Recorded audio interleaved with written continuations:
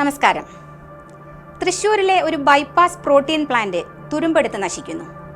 ലക്ഷങ്ങൾ വില കൊടുത്ത് വാങ്ങിയ ചോളമാകട്ടെ കൂട്ടിയിട്ട് മഴയിൽ കുതിർന്ന് നശിക്കുകയും ചെയ്തു.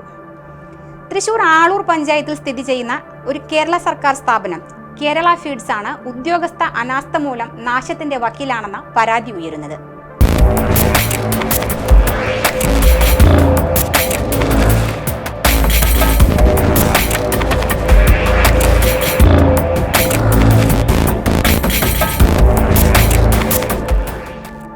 ലക്ഷക്കണക്കിന് രൂപ ചെലവ് ചെയ്ത് പണി തീർത്ത ബൈപ്പാസ് പ്രോട്ടീൻ പ്ലാന്റ് തുരുമ്പെടുത്ത് നാശത്തിന്റെ വക്കിലാണ്.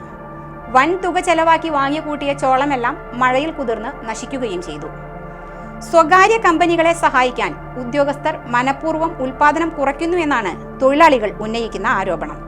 പ്രതിദിനം 600 മെട്രിക് ടൺ കാലിത്തീറ്റ ഉൽപ്പാദിപ്പിച്ചിരുന്ന കമ്പനി ഇപ്പോൾ 150 ടൺ മാത്രമാണ് ഉൽപ്പാദിപ്പിക്കുന്നത്.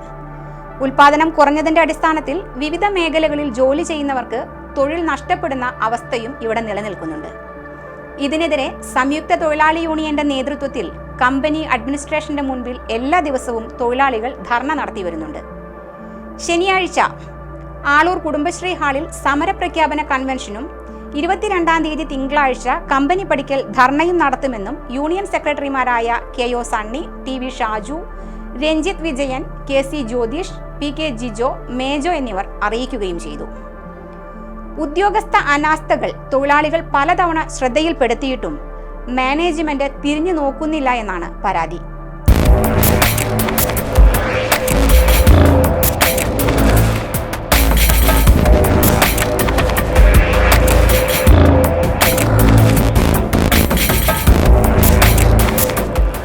ഇക്കാര്യങ്ങൾ ബന്ധപ്പെട്ട മന്ത്രി അടക്കമുള്ളവരെ മാസങ്ങൾക്ക് മുൻപ് അറിയിച്ചിട്ടും യാതൊരുവിധ നടപടികളും ഉണ്ടായില്ലെന്നും തൊഴിലാളികൾ പരാതി പറയുന്നുണ്ട്.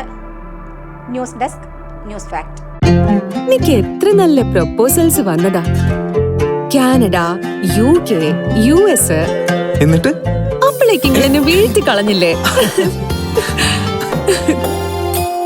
Intimate Matrimony, beautifying your life.